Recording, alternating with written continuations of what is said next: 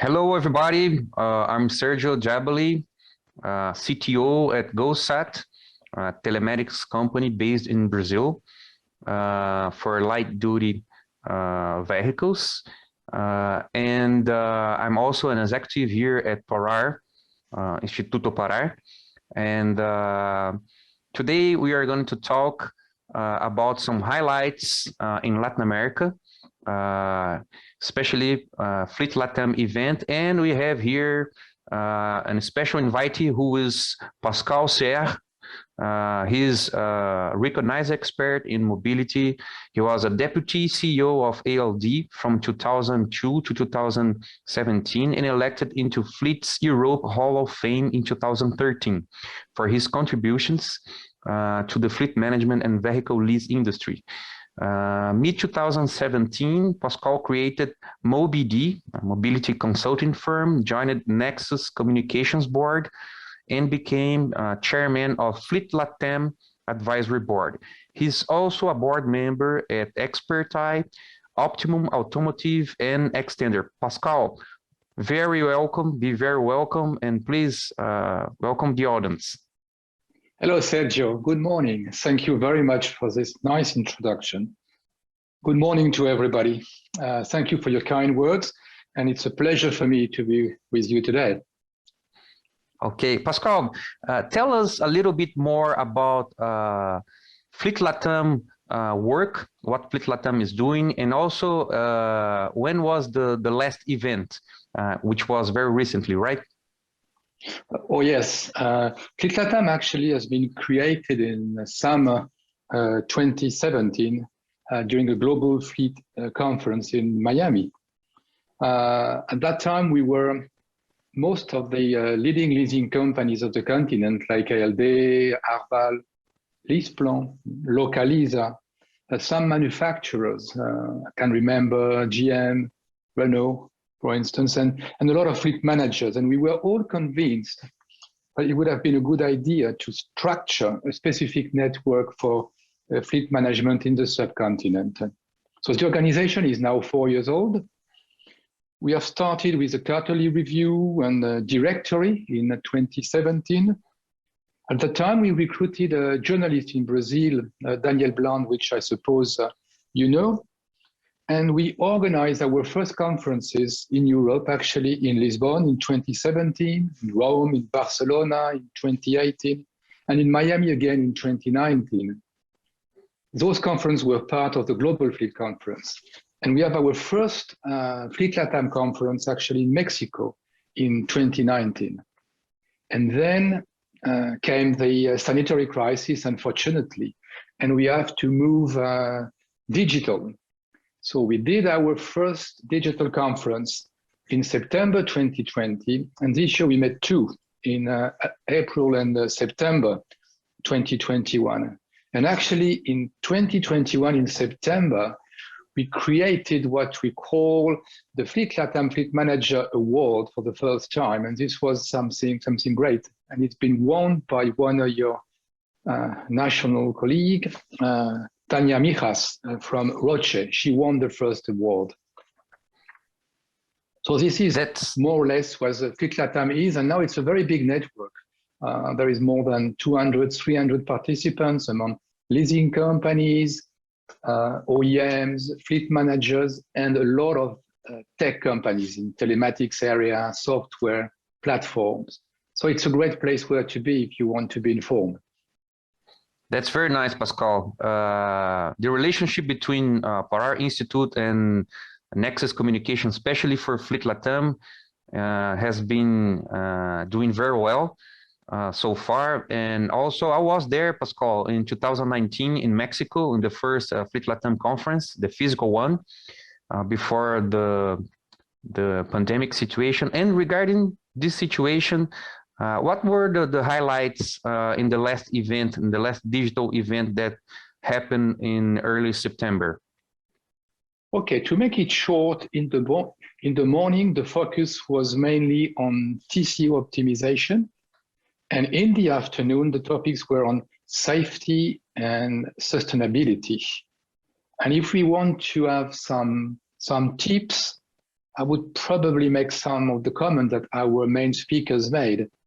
What they said is partnering is very important, both internally and externally. Internally within the company to make sure HR, finance, and procurement are working together, and externally just to make sure that headquarters are working properly with the different countries. Because actually to make a global fleet program, you also need to consider the local situation, what you can do in certain countries and what the traditions are. Something important to mention also is how telematics have become crucial to reduce costs and how it makes fleet management safer and more reliable.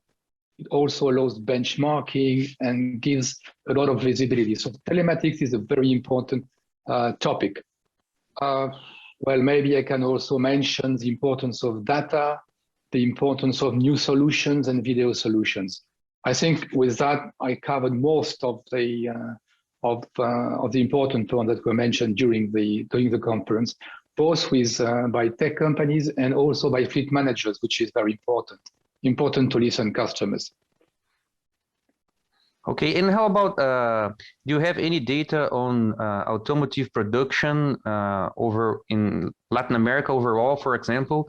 Like in Brazil, the production fell by almost 22% in last August, compared with the corresponding month last year in 2020, due to partial or complete stoppage across the country because of the semiconductor chip shortage. So do you see that situation happening in other countries in Latin America, Pascal? Well, yes, I don't have with me the exact numbers, but I've got a true idea, which is not only actually for Latin America, but all over the world.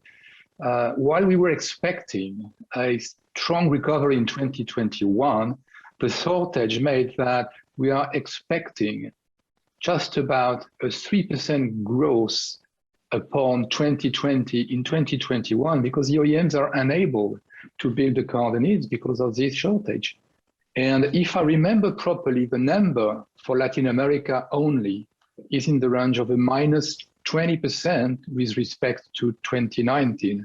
If I remember properly, I think that the production fell about 25% in 2020 with respect to 2019, sorry.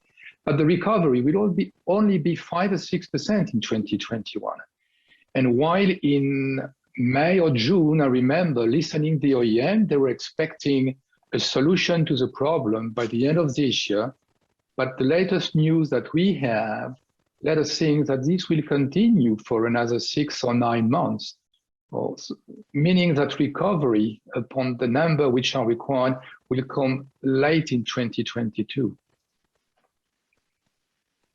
All right, and well, I see that Nexus Communication is based in Belgium, right? And you, Pascal, are based in France, right? So, like the fleet industry and all this environment, is it the same in Europe as like, can you give us an overview on Europe specifically? Well, if you talk about the economy, I think that the trends are more or less the same, meaning that in 2021, the recovery will be 3/4 of the fall that we had in 2019. So the full recovery of the economy will only happen in 2022. If we are talking about the sanitary crisis, the situation is improving substantially in Europe, mainly due to the vaccination. So nowadays, the hospitals are okay. There is no more real problem. The situation is progressively coming back to normality. The vaccination is more advanced in Europe. We're talking about 80–85% of the population which is vaccinated, where I understand that in Latin America, the situation in the south of the continent, Brazil, Argentina, Chile, is not so bad, but we're talking about 60%. But if we go to the north, it's more around 30 or 40%. So I would imagine that the recovery will happen also in Latin America, maybe at a later stage.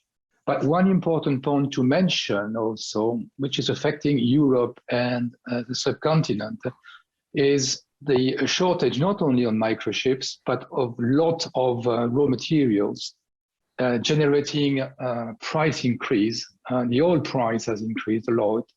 Most of the raw material, if you're talking about rubber, if you're talking about wood, have increased a lot.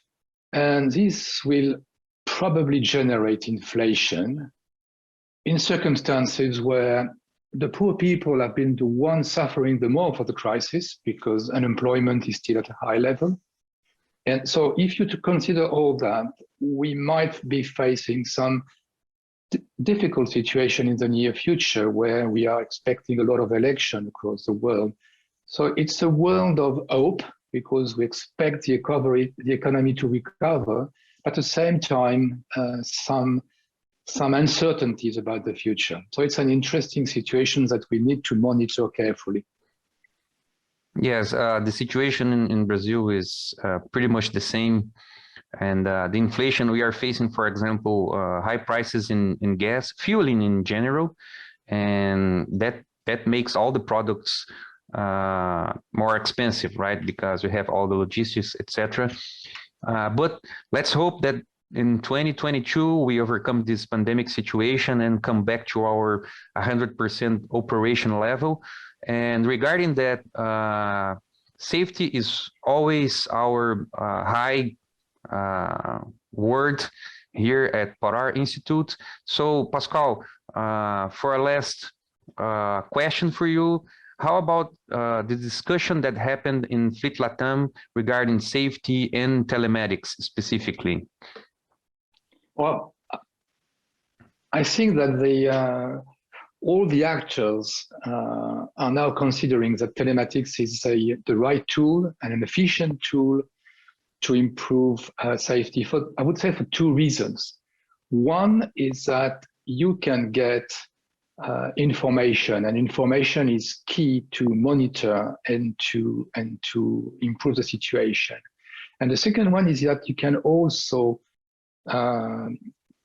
get information about driver behavior. So you can see those drivers which are putting at risk your whole fleet and put in place programs to train them and improve the situation. And I think that the benefit you get from having telematic is an immense benefit, and the cost is really worthwhile. And we can see nowadays in Latin America that almost all new cars going into a leasing contract are equipped with a telematic. I think it is now a key product and a tool for all drivers in fleets.